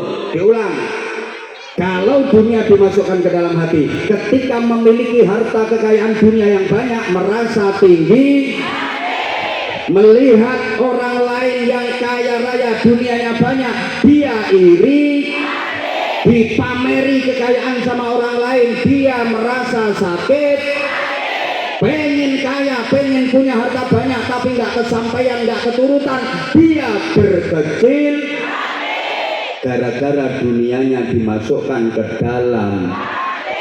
Yang kedua, Kalau dunia dimasukkan ke dalam hati, jadinya sedih, susah, gelisah, ribut, kacau, tukaran, gegeran. Tolong dijawab pertanyaan saya. Yang ikut jawab mudah-mudahan barokah.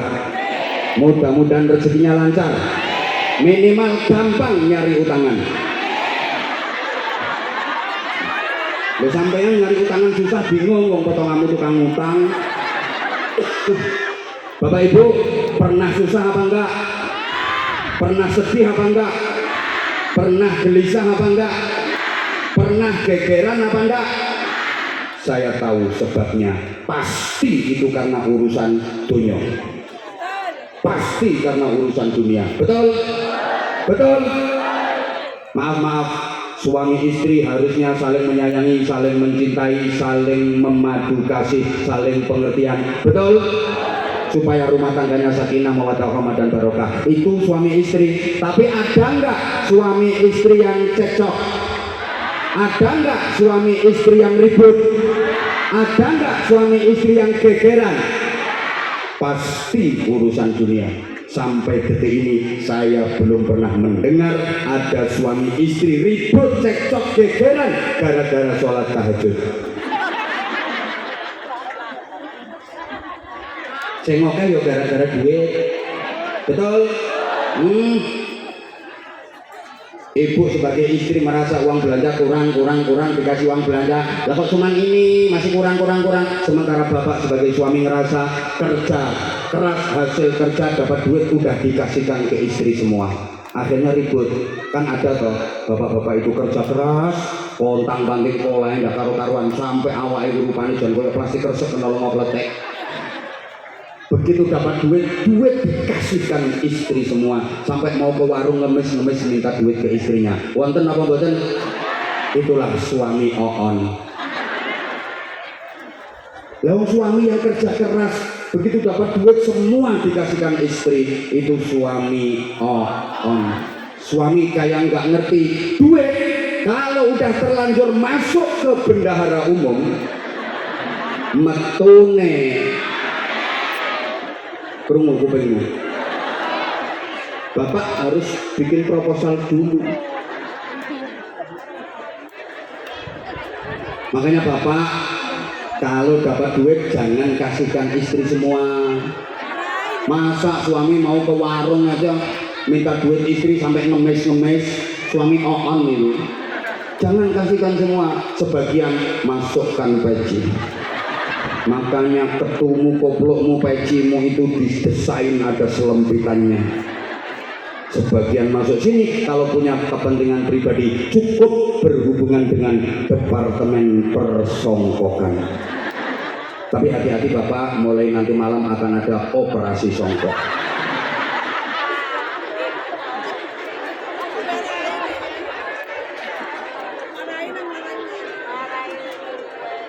Suami istri kok ribut gegeran, pasti urusan dunia.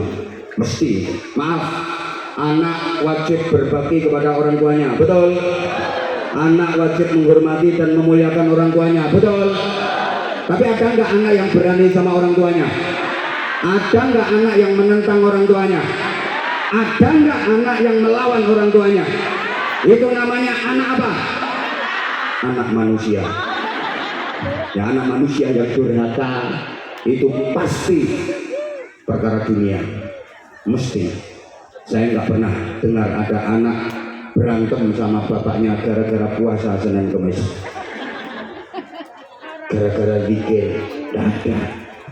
Yang banyak ya gara-gara dunia, gara-gara warisan. Betul? Salahnya karena dunia dimasukkan ke dalam, maka dunia cukup di tangan saja. Penuhi hatimu dengan akhirat, penuhi hatimu dengan kebesaran Allah. Jangan beri rongga sedikit pun di hatimu untuk ditempati dunia. Tutup rapat hatimu agar tidak dimasuki dunia. Dan jadikan kematian di pelupuk, jadikan kematian di pelupuk. Terima kasih. Baru kali ini saya di mata-mata wong sakmene aja. Kematian di pelupuk mata itu gini sayang. Kematian itu dekat, udah di pelupuk mata. usia kita bertambah, berarti umur kita berkurang, jarak dengan kematian semakin dekat. Betul? Idul Fitri tahun kemarin ada saudara kita yang masih membersamai kita, masih bercanda, bersenda gurau bersama kita. Idul Fitri tahun ini dia sudah tidak lagi bersama kita. Betul? Dan tidak menutup kemungkinan keadaan itu akan menimpa Anda. Sekarang Bapak Ibu sampean masih bisa ikut berhalal bihalal. Siapa tahu tahun depan sampean sudah tidak lagi bisa ikut berhalal bihalal di sini. Sampean sudah berhalal bihalal di alam kubur.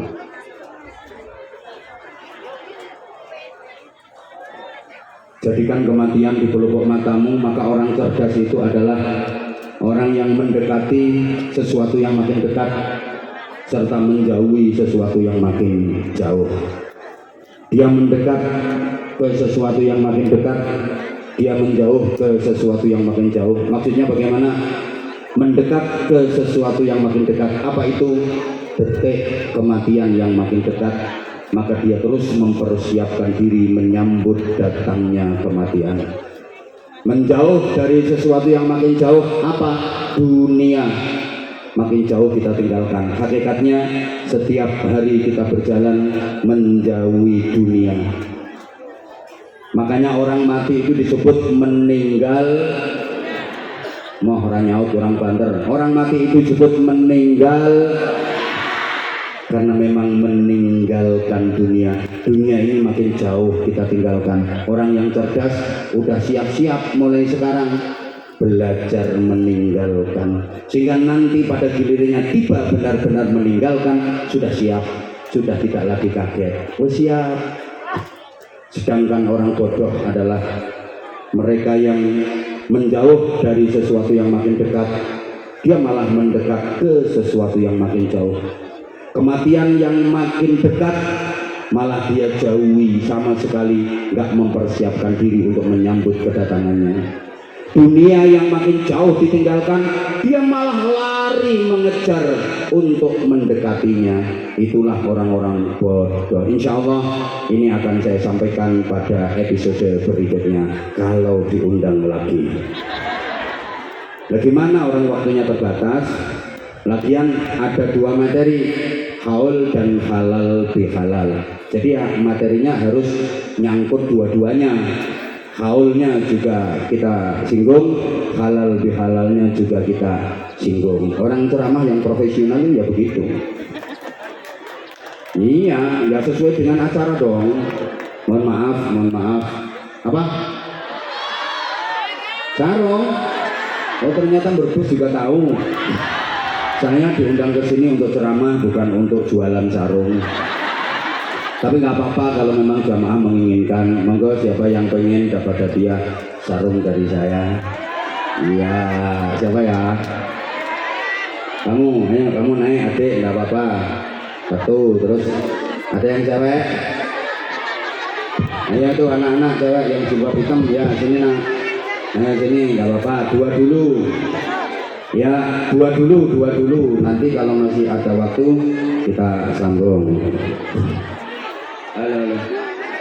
Om operator minta tambahan mic ya, yang bisa dipakai. Halo. Oh ya, mana micnya nggih, ini dan sewu. Halo. Adik sini. Mana satunya? Ya, sini adik. Aku lebih senang sama anak-anak. Biasanya sama kawa-kawa itu ngeselin. Cek loh. Udah cukup satu ini aja dulu. Adik yang cewek duduk dulu sayang, biar nggak capek, duduk dulu. Sampun bapak cekap ini mic-nya satu dulu. Adik berdua bentar, kalau sudah berani naik bareng sama abah nggak boleh pelungkar, harus kendel, harus berani. Kalau nanti nggak